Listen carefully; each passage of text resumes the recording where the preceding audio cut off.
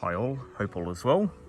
Just wanted to provide a quick update in regards to the progress of my electrolytic cell. We are currently 108 hours into running this process. We've been running it since last Saturday. At this stage, as you can see, things are changing quite dramatically. So in this one here, this is cleared up quite a bit. There is quite a deposit on the bottom there of iron oxide or iron chloride. We're not too sure, so that's still to be determined. There is a bit of a change in the sodium hydroxide side. So this is the negative side of the device. This is where the sodium hydroxide should be being created.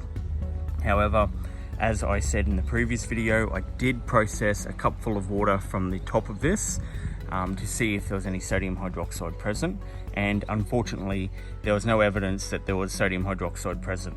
It was mainly salts, maybe just a touch of sodium hydroxide in it.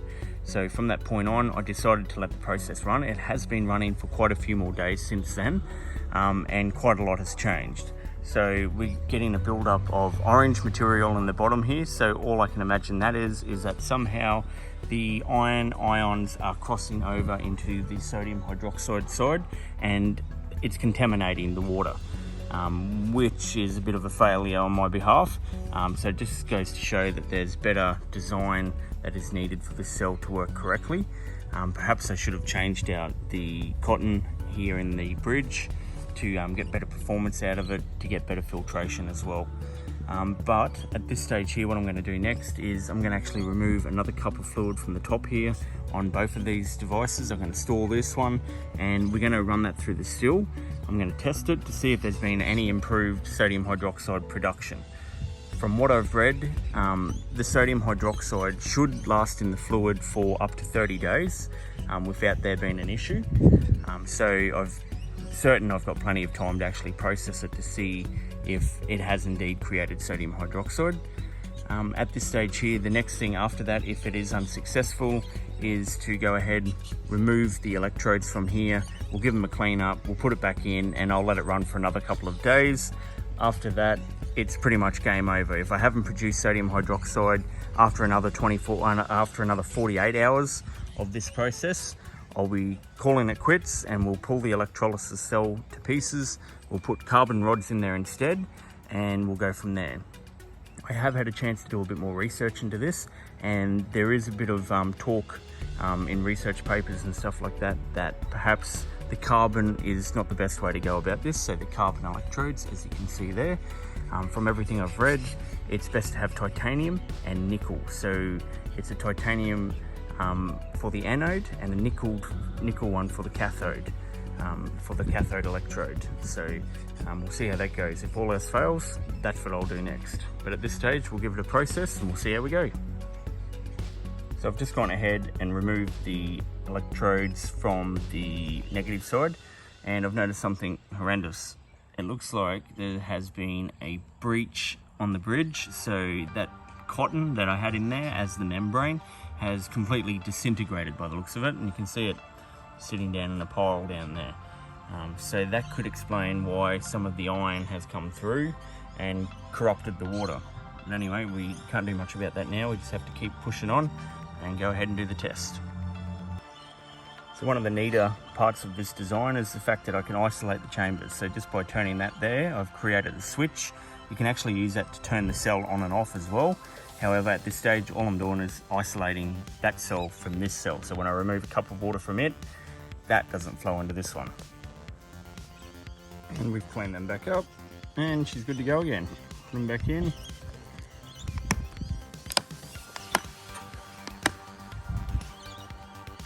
Connect it up, away it goes. And that there is 1 cup of the solution removed from the electrolysis unit. Into the still it goes.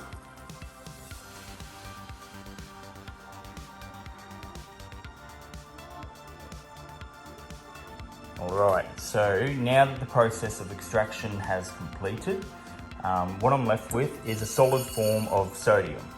Now, whether it's actually sodium chloride, table salt, or sodium carbonate, aka natron, or sodium hydroxide, I cannot be 100% certain. But what I can do is do a bit of a test on it. Now, in my previous videos, if you go back and watch, you can actually see where I've used making soap as an example of testing to see if the sodium hydroxide is present in the crystals. However, I chose my oil poorly. As it turns out, olive oil is one of the hardest oils to get it to turn into soap. So I would have been better off using perhaps coconut oil and a vegetable oil. And as that's such, I've decided to go about testing this in another fashion. I've done a little bit of research online in regards to how I can test this for its alkalinity and or acidity. And what I've come across is you can either use litmus paper, and unfortunately at this stage my litmus paper is nowhere to be seen. So I'm going to try another method. I come across a couple of videos explaining how this is done, and all it is just a matter of taking some of that white material there, some of the white crystals, and you actually get some of the water. So this is the distilled water that I've used. I don't need to use all of that. I can just use a small portion of it, and you add turmeric, so simple household turmeric, to a little bit of water. So I've put about an inch of water in there, as you can see, and I've gone ahead and added half a teaspoon of turmeric to it. If that, it's literally like quarter of a teaspoon. And then what you do is you actually just go ahead and take a piece of this here, such as that, for example, and just drop it straight into the water, and then just stir it. And what should happen, if it's alkaline, is over a period of time, it should start to get darker and darker, until the point that it turns that color. That's one I did earlier, and it has gone orange as, which indicates that I have indeed created sodium hydroxide from my electrolytic cell. So I am on the way to being able to make decent amount of the hydroxide solution to perhaps make soap at some stage in the future. So literally making soap from seawater. That's the goal.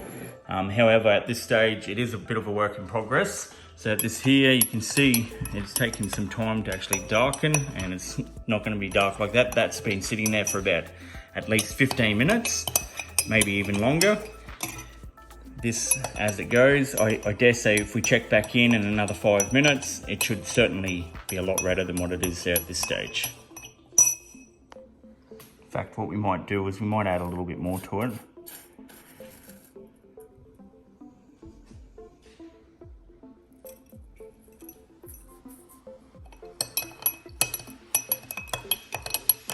And there you can see it's starting to darken there now. In fact, it's darkening very quickly. So that apparently is proof that I have definitely created sodium hydroxide from my electrolytic cell, which is awesome. So we have progress. We are getting there, or I am getting there. It's taking quite some time to do it. At this stage here, that's been processing out there for 108 hours at this stage. So it's taking quite a bit of time to get it to this point here. And the system is starting to fall to bits. As you can see in this video here, the membrane is starting to degrade and fall apart. So what I might do is, now that I have proof that this process is indeed working, I am indeed making sodium hydroxide from the ocean, what I want to do next is spend a bit of time on that electrolytic cell. I want to put fresh membranes into it. I actually was fortunate enough to come across a cotton plant growing on the side of the road. So I picked all the cotton off it, and I'm going to use that cotton. I'll pick the seeds out of it, and then I'll make a new membrane out of it to seal that unit up more. I'm going to concentrate on cleaning those electrodes, and by cleaning the electrodes, we'll continue to get a nice, neat process from it, instead of it stalling all the time due to the electrodes getting dirty. And if we can keep doing that, then I have a really good feeling about the fact that, you know, I'm on my way to successfully completing this experiment of turning seawater into soap. What I will do though is, yes, we can see that the sodium hydroxide is definitely present in it. How much of it is present is still undetermined. So the next thing I need to do is go ahead and actually try and get this to react to either some vegetable oil and some coconut oil. This time I'm not going to use the olive oil, I'm going to stay away from it. I'm going to look up a recipe and then I'll divide it by the amount of grams that I have here. That will be my mix factor, is the grams of this. And by doing that, I should be able to work out how much vegetable oil I need, how much coconut oil I will need. And from that, we'll see if we can get a batch of soap coming together.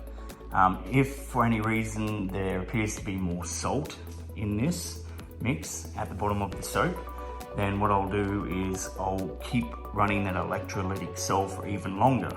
And at this stage, I'm still documenting how long it's taken. So I'll keep processing it until 100% of the remaining salt water has been turned into sodium hydroxide.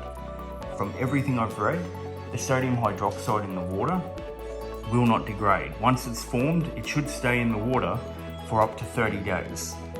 So as long as I close it within that 30-day window, we should be safe to be able to extract that sodium hydroxide and do another test in a few days' time. So at this stage here, at least we have progress. It's happening. It's a drawn out process, but it most certainly is happening. It's fantastic news. Just want to say thanks to everyone who's watching. Thanks to anyone who's actually watched through till the end. Please give the video a thumbs up if you found it useful. Please subscribe if you're new to the channel, and if you're new to the channel, welcome. It's fantastic to have viewers. Please, if you have any questions at all, or if you have any suggestions, put them in the comments down below. I will endeavour to answer everyone who puts a comment down there. Other than that, thanks for watching. Cheers, bye.